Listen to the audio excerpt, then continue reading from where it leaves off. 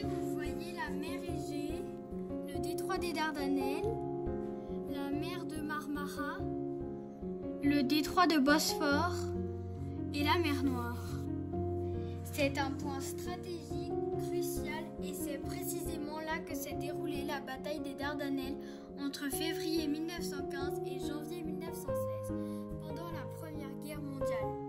Les Alliés menés par le Royaume-Uni et la France voulaient contrôler ce passage pour ouvrir une route maritime vers leurs alliés, la Russie, et affaiblir l'Empire ottoman.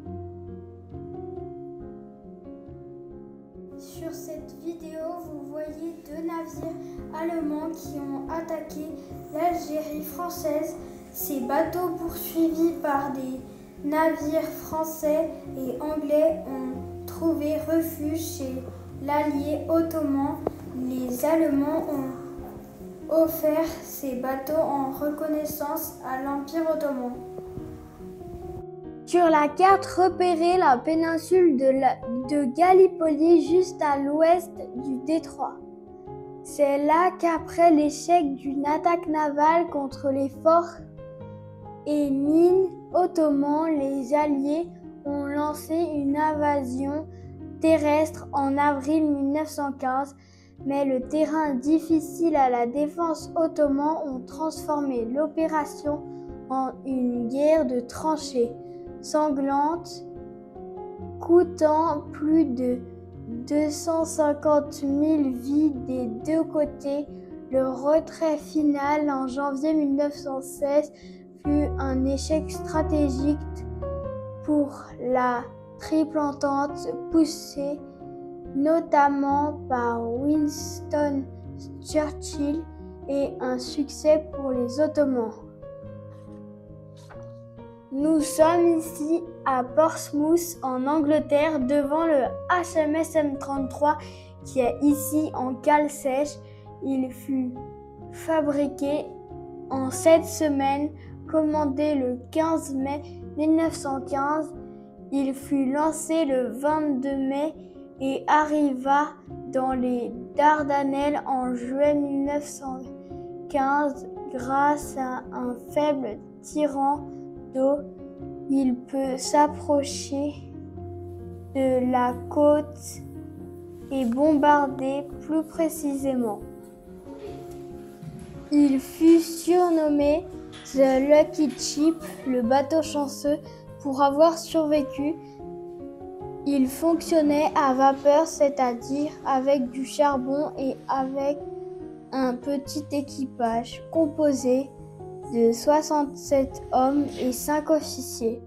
L'équipage dormait dans des hamacs fixés au plafond comme vous voyez ici.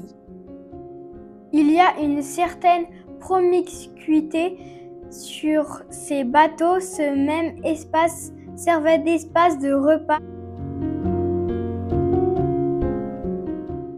Le rôle du HMS M33 était de bombarder. Il y a donc une grande quantité d'obus.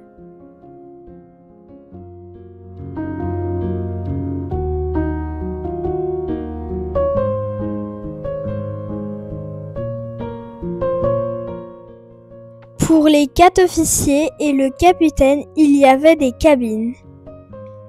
Longue de 54 mètres, ce petit navire était conçu pour la guerre, pas pour le confort.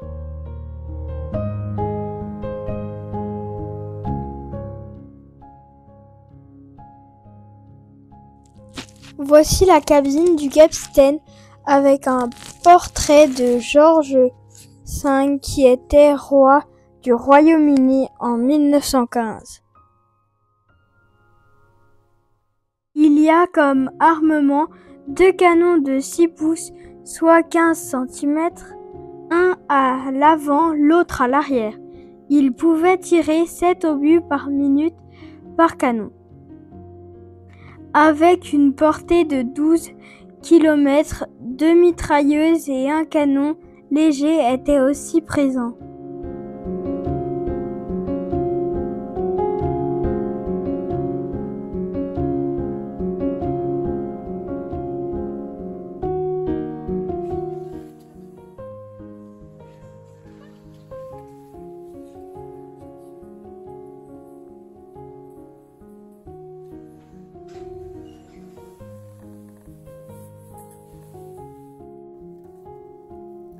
la cuisine pour les 72 membres de l'équipage.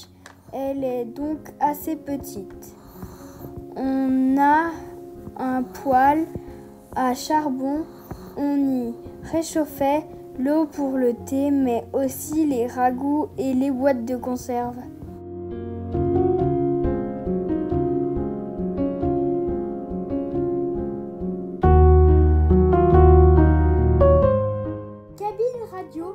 Elle est à proximité du poste de commandement. C'est là que l'opérateur transmettait en morse par les ondes radio émises par les fils tendus en hauteur.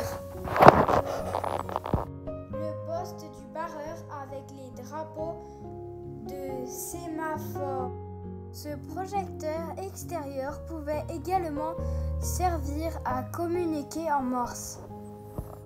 Après les Dardanelles, le HMS M23 fut envoyé en Russie en mai 1919 pour combattre les communistes à Mourmansk et sur la rivière Dvina. Plus tard, il servit de navire d'entraînement pour le minage.